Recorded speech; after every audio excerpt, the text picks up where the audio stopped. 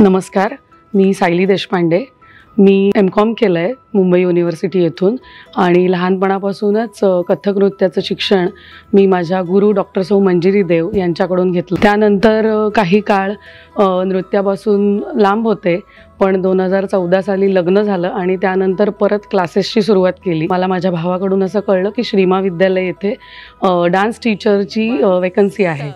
मुलगी अगदीच लहान होती, 6 महिन्यांची होती, म्हणून फुल टाईम जॉब करणं शक्य नव्हतं. त्यामुळे मग मी जस्ट येऊन इंटरव्ह्यू दिला आणि मग नंतर मला असं कळलं की हार्डली 1 तास ॲक्टिव्हिटीपुरतं यायचं आहे, क्लास घ्यायचं आहे आणि घरी जायचं आहे. सो मी सुरुवात केली. 2018 साली मला इथले श्रीमा गुरुकुलचे हेड श्री राजन सर यांनी क्लासेस चालू करायची संधी दिली आणि क्लासेस चालू झाले तेव्हा अगदी 2 स्टुडंट्सपासून सुरुवात केली आणि आता माझ्या 6 बॅचेस चालू आहेत, प्रारंभिकपासून विशारदपर्यंत. हे पाठिंब्याशिवाय शक्य नाही, घरच्यांच्या साथीशिवाय तर शक्यच नाही.